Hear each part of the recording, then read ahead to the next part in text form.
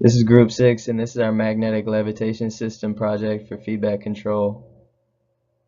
During the construction of our circuit for the magnetic levitation system, we had our Arduino microcontroller, these linear Hall effect sensors that will sensitively detect a magnetic field near it, these 0.1 microfarad capacitors prescribed in the datasheet for the Hall effect sensor circuit setup, these diodes, this FQP30N06L MOSFET, which is built for logic level voltages such as an Arduino's.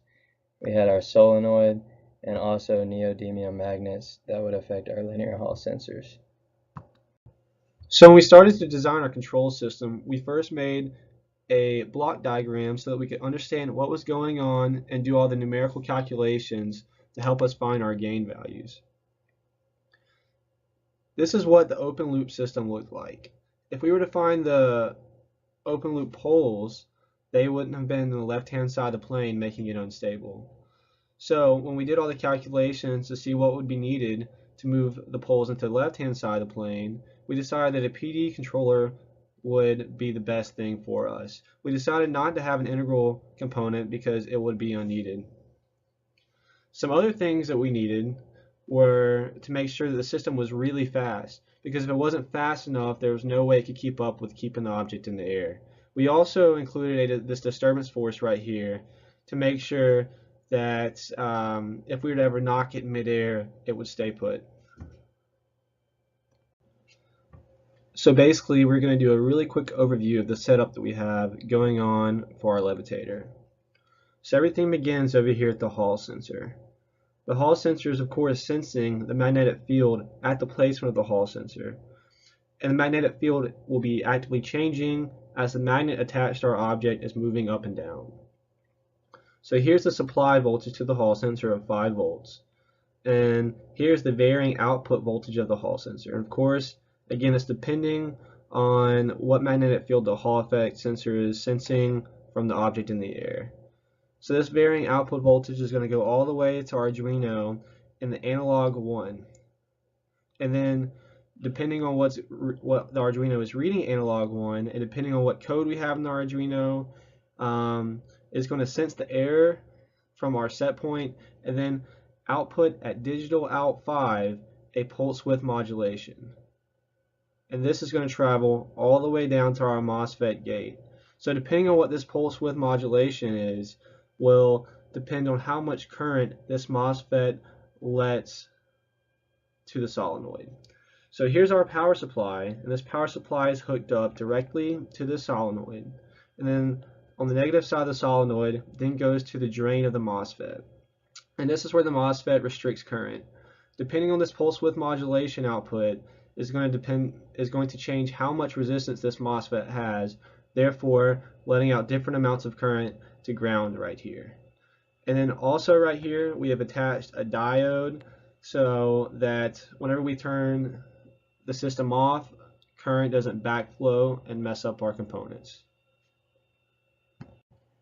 Early on in the stability calibration process, we were using potentiometers to manipulate our gain values for the proportional and derivative controls as shown right here.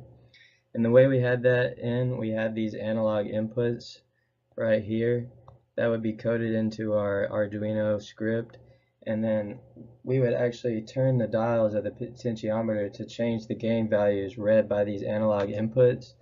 So we later found out that it would be best to just code that into our actual script so we could monitor it and also manipulate it within our serial monitor, and also be able to change the increments to a more precise value of increasing or decreasing gain, and it would prove to be really successful in trying to tune our system into trying to get a stable system. So here's the code that we use for our Arduino. We decided to use a downloadable library called PID library, which does the most of the control work for us as long as we get the values right, the gains right. Here's where we initialize the PID library functions, and we call our PID controller myPID. Here's all the various setup functions assigning values to pins and whatnot. Here's where the loop starts, and in this area right here is where we made it to where we can change our gain values from our keyboard, which made tuning a lot easier. This is where the PID controller gets the new gain values every time the loop goes around. This is the computation of the controller. And then right here at analog write 5 output is the pulse width modulation that goes to the MOSFET.